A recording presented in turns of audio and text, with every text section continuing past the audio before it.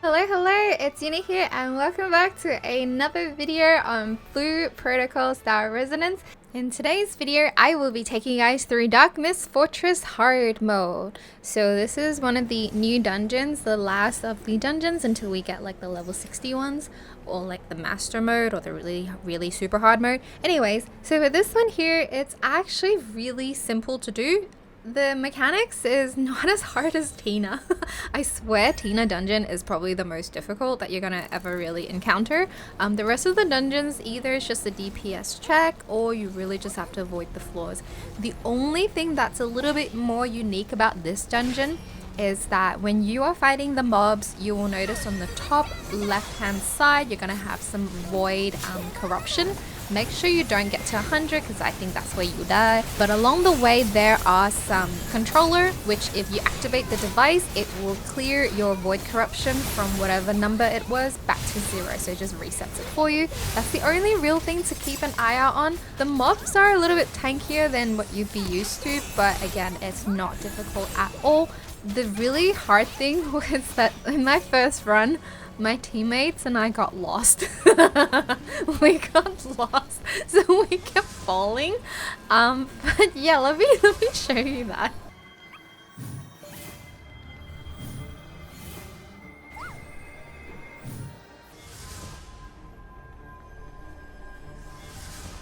I swear this was the highlight of the run.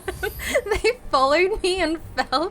It wasn't until like we fell to like, you know, the next part, I think like the dungeon kind of gave up on us. But have a look how there's only 2 of us. The rest of the teammates were still stuck. So yeah, that's pretty much the hardest part. Just make sure you don't get lost. Don't keep falling. There are arrows. There is literally arrows that will show you where to go. Welcome to the boss fight. Now for this boss, it's actually not that difficult. The only thing is avoid the reds on the floor as always. Dodge the boss if you can, don't just stick with your tank. Now the main thing to really look out for is when it asks you to hold the shield up.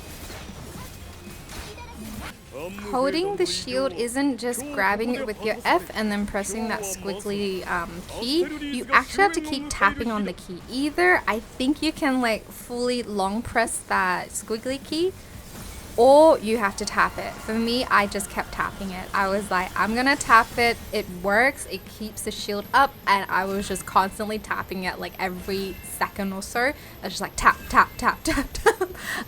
As you can see, I was like constantly tapping. I was so scared to let go because we had wiped about like 3 times before this on the same run. That's why it took us like 8 minutes now. So I just like had to keep tapping it. As your shielder is tapping or holding the shield up, everyone else go and grab the purple orbs. Let the shield person absorb the gold, and all the purples have to be eaten away by the other team members. And then we passed this section. I was like, thank goodness, because I literally did not know. I didn't read the mechanics or anything, so I was like, okay, let's just wing it. And from here, it actually becomes quite easy.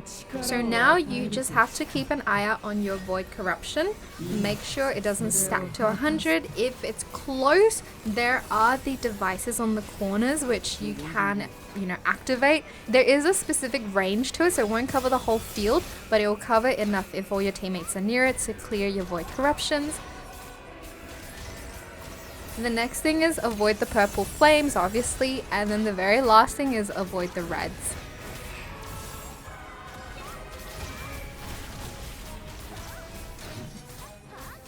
If you have those orange arrows, just move away from everyone.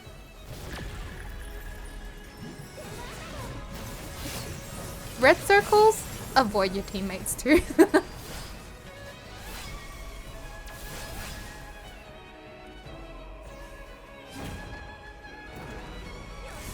Now this boss is a bit of a troll. It does kind of like take up half the field, so please do not AFK when he does this AoE. Move away from the red section, otherwise you will die.